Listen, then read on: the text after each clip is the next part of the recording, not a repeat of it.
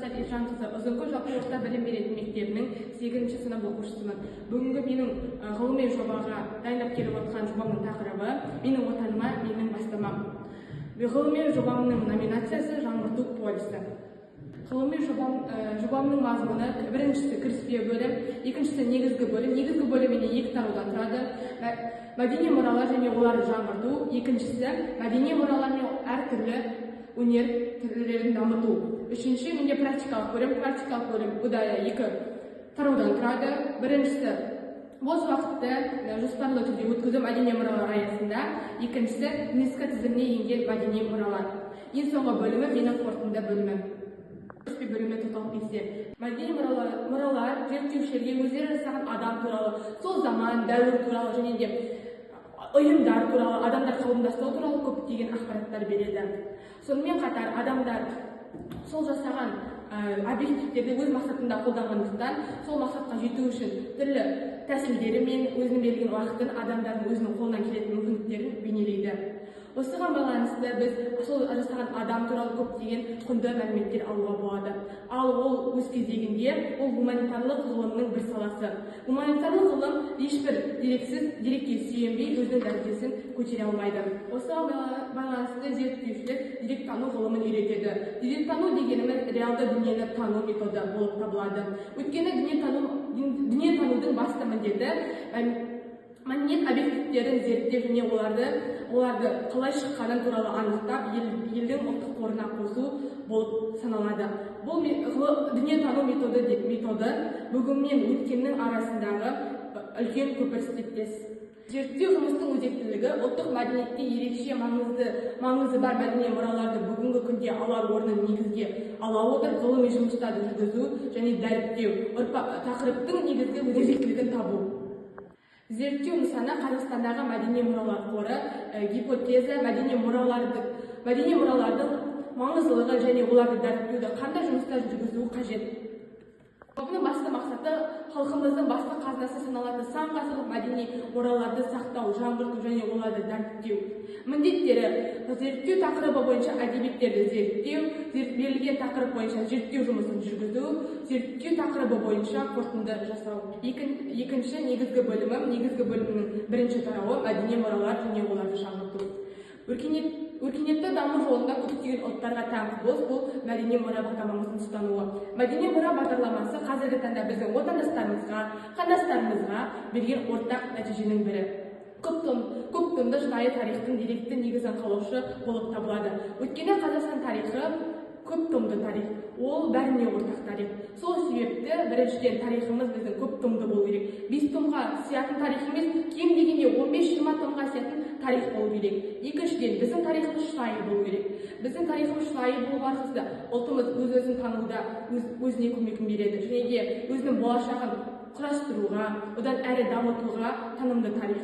Қазақстан тарихы тереңдетіп оқыту үшін ең алдымен әрбір тарихтың кезеңдері байланысты деректер атап айтылу керек. Соған мысал Қазақстан тарихы 6 тарихи кезеңнен тұрады. Біріншісі тас, қола, темір, түрік, қыпшақ, қазақ хандығы. Осы кезеңдерде көптеген дерек көздерді біз таба аламыз. Осы арқылы мәдени мұра ұлттық жобасы осы дерек көздерді жинап, үлкен қор етіп пайдалап, қазіргі таңда бізге ұсынуда. Жалпы алғанда осы мәдени мұраларды зерттеу және оларды жаңғырту үшін қазіргі таңда 51 тарих түрі бар. Осыған байланысты көптеген 39 қалашық қоныс түрлері және де археологиялық қазбалар кездеседі. Оларды зерттеу мақсатында Қытай, Ресей, Түркия, Армения сияқты тағы да басқа елдерге 15 экспедиция жүргізілген болатын. Осында Қытай елінде, Пекин қаласында 3000-ға жуық манжур тілінде, 300-ға жуық Қытай тілінде, 60-ға жуық Шағатай тілінде, 70-ге жуық ойрат тілінде көптеген құжаттар табылған болатын. Сонымен қатар осы Павлодар облыстық мұрағат мекемелерінде Ұлы Отан соғысына қатысқан Қызыл армия қатарындағы солдаттардың, тыл еңбегіне еңбек еткен жұмысшылардың тегі туралы құжаттар және де фотосуреттер қазіргі таңда Павлодар облыстық тарихи беттер кітабында сақталып, жинақталып жариялануда. Қазақстан туралы деректер тек қана Қазақстанда ғана емес, басқа да шет елдердің мұрағаттарында кездеседі. Оған мысал Каир университетінде Қазақстанның географиялық картасы мен ең маңызды ескерткіштер сол жерде сақталған.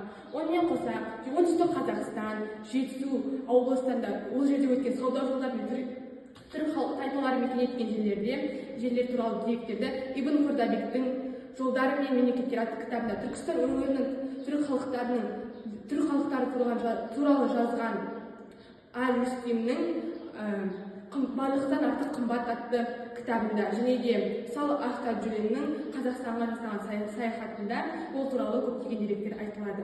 Және де ол туралы қазіргі таңда көптеген көшірмелер жасап, қазақ тіліне аударылған. Мәдени мұраларды іздеп оларды табудың өте қатты қиын екенін біз бәріміз білеміз. Сол себепті қазіргі біз мәдени мұраларға тоқталып кетсек, оның қасында көптеген өнер түрлері бар. Халқымыз сан ғасырдан бойы өз өнерін жоймай келеді. Оның түрлері халқымыз өте өнерге бай халық болды. Мәдени мұраларды іздеп оларды табуда көптеген еңбектер жасалғанын бәріміз білеміз. Сонымен қатар еліміздің мәдени мұралары қатарына кіретін мұрағаттардың өнер саласында да мұралары бар. Тарихи, мәдени және де сәулет ескерткіштері бар екені бәрімізге белгілі болғандықтан, халқымыздың сан ғасырлар бойы сақталып келе жатқан өнерімізді де естен шығармауымыз керек. Түрлі өнерге бай халқымыздың мәдени мұраларын дамытуда бүгінгі таңда театр, кино, би, ән салалары өте қатты маңызды рөл ойнауда. Осыған себеп елімізде бұрыннан қарағанда мәдениетке қызығатын адамдардың саны көбеюде және де сонымен қатар елге айтыс, орт теке секілді халқымыздың мұралары ЮНЕСКО тізіміне енгізілді. Ал сонымен қатар Қазақстанның батыс өңірінде сақталып қалған 14 наурыз көрісу күні бүгінгі таңда ЮНЕСКО тізіміне кіргізуге ұсынылып отыр. Үшінші бөліммен тоқталып кетсем, бос уақытыңды жоспарлы өткізу мәдени мұралар аясында. Балаларды тіпті ересектерді негізінде ала отырып, бос уақытты жоспарлы түрде өткізу үшін ұлттық ойындарды ұсынғым келеді. Жоғарыда мәдени мұралар туралы толық ақпарат беріп кетсек, осы практикалық бөлімде ұлттық ойындарымыз туралы қысқаша ақпараттар немесе оларды қалай уақытында тиімді өткізу туралы айтып кетеміз. Ұлттық ойындар әлеуметтік тәрбиелігі өте мол. Қазіргі таңда ұлттық ойындарды ойнау арқылы адам өзінің сана сезімін оятады, ойын тез жүгіртуге, тез қимылдауға, жылдам әрекет етуге үйренеді. Осы арқылы адам икемді бола бастайды. Ұлттық ойындардың құндылығы жеке адамның ішкі мүмкіндіктерін дамытады. Осыған байланысты көптеген ұлттық ойындар біздің есімізге түседі. Мысалы, асық ату, арқан тартыс, ақселе көкселе, қанталапай, қыз қуу, көкпар секілді ойындар бар. Өнердің болашақ қосылуы қарапайым қалыпты емес, әлеуметтік қауіпсіздіктің педагогикалық құнды саласы екендігі бәрімізге мәлім. Сондықтан қазіргі таңда ұлттық ойындарымызды ЮНЕСКО тізіміне енгізу және оларды дамыту қолға алынып отыр. Ендеше ұлттық мұраларымыздың ЮНЕСКО тізіміне кіргені туралы мәліметтер беріп кетсем. Қазақтың дәстүрлі әндері, киіз үйге құт тұрғызу және де оларға басқа адамдарға үйрету бұл 2016 жылы ЮНЕСКО тізіміне енгізілген болатын. Одан кейін қазақтың айтысы, қаттырма нан илеу, қазақ күресі 2017 жылдары тізімге енгізілді. Одан кейін құсбегілік, асық ату 2018 жылы ЮНЕСКО тізіміне енгізілсе, одан кейін қазақтың атын қолға үйрету және де Қорқыт Атаның жырлары мен әңгімелерін 2018 жылы ЮНЕСКО тізіміне қосқан болатын. ЮНЕСКО тізіміне қазақтың ұлттық өнері мен мәдениеті ғана емес, ескі ғимараттары да және кең даласы да кірген болатын. Оған мысал, Қожа Ахмет Яссауи кесенесі Түркістан қаласында орналасқан 2003 жылы ЮНЕСКО тізіміне енгізілді. Одан кейін Тамбалы тас, ол Алматы облысы жерінде орналасқан. Біздің уақытымызда 2000 жылдық ғасыр басында жасалынған дейді. Ол ЮНЕСКО тізіміне 2004 жылы қосылды.